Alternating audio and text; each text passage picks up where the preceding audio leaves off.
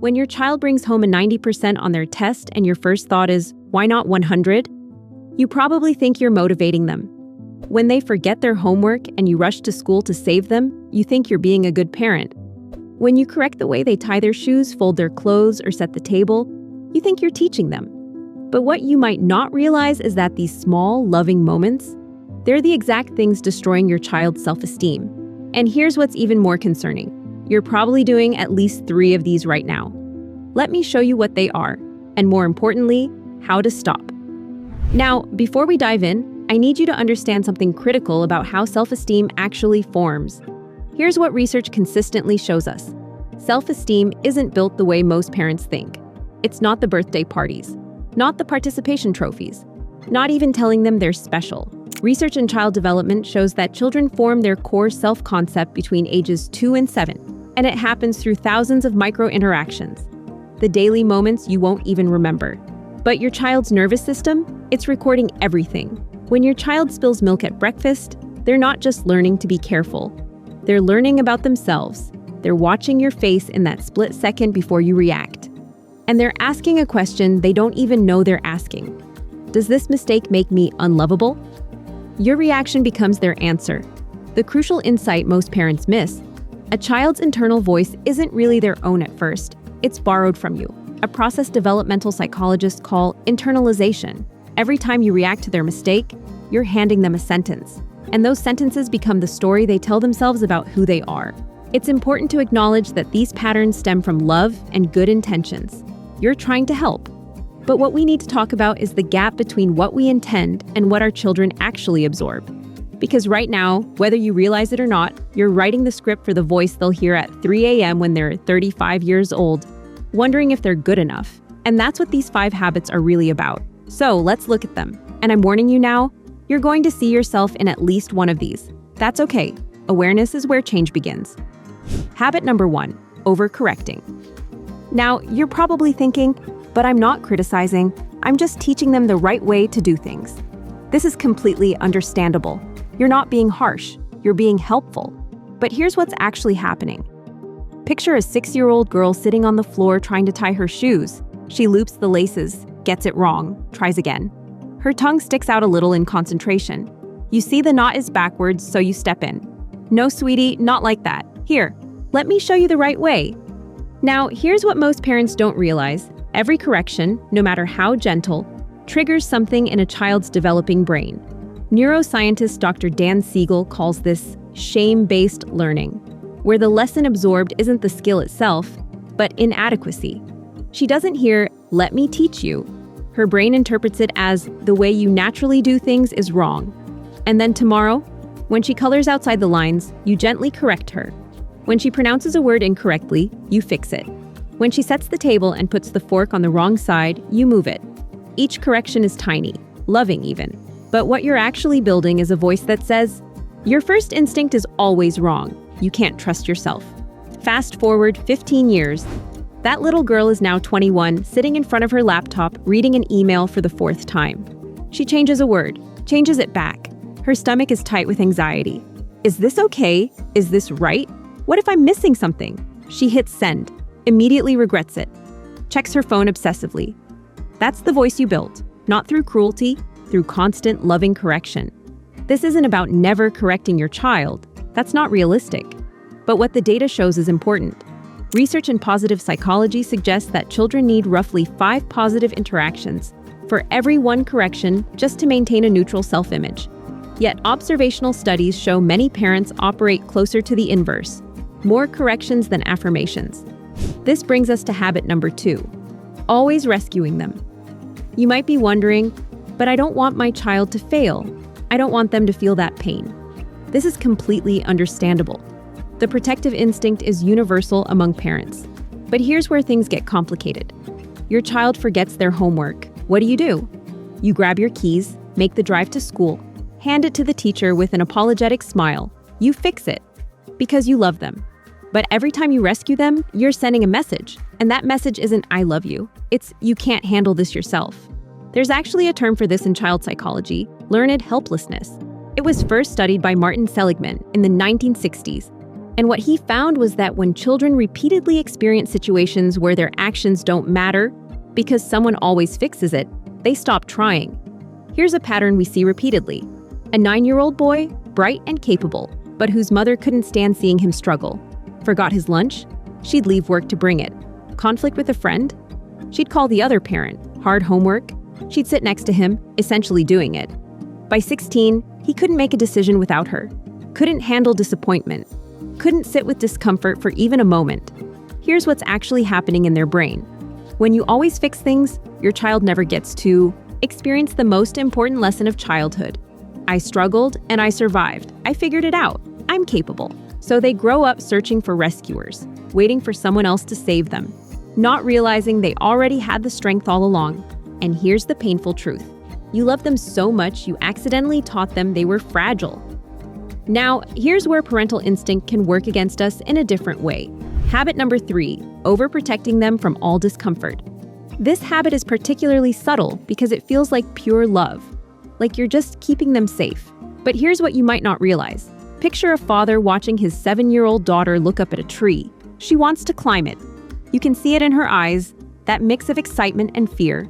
She takes a step toward it, and he says, "Be careful, honey. You might fall.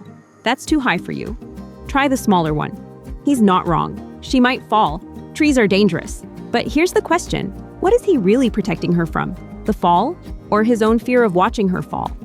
Developmental research on resilience shows us something crucial. Children need to experience manageable risk to develop confidence.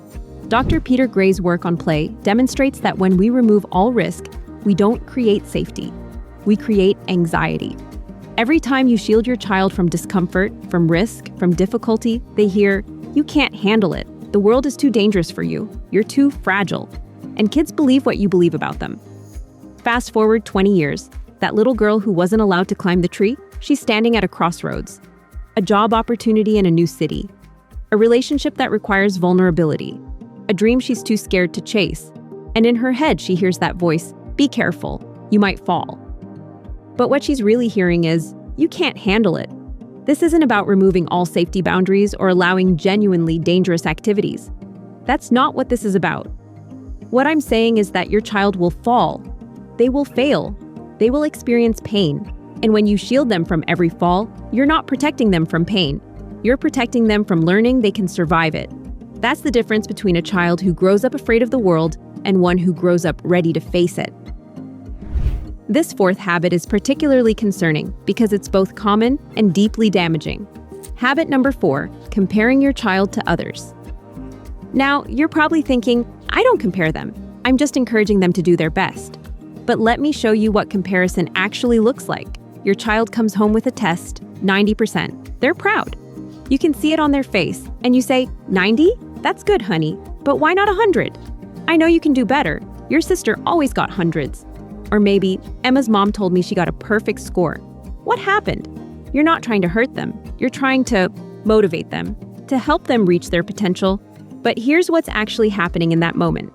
Your child learns something devastating. They learn that their best isn't good enough. They learn that love is conditional, that it's a prize to be earned, not a given.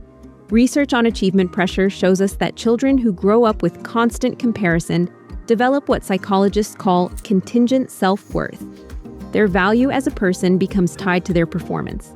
Here's a pattern that emerges repeatedly in achievement-focused households. A brilliant student, talented artist, athletic, and kind, but whose parents always compared her to her older brother, to the neighbor's kid, to some impossible standard. And she learned that no matter what she achieved, it would never be enough. There would always be someone better, another way she was falling short. So she kept trying. Straight A's, perfect attendance, every award, and still felt empty. Because when love feels like a prize to be earned, children grow into adults who can't rest. They mistake achievement for acceptance, success for worthiness. They become the adults who work themselves to exhaustion, who can't enjoy their victories, who always feel like imposters. Here's the cruelest part. They'll achieve everything they thought would make them lovable, the degree, the career, the perfect life, and they'll still feel empty.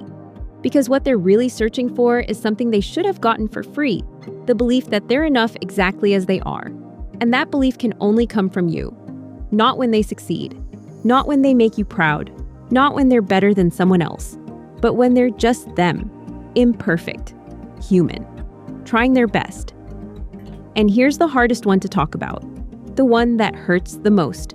Habit number 5, emotional silence. Now, you're probably thinking, but I'm there, I show up, I provide for them. And yes, you do. But showing up isn't the same as showing interest.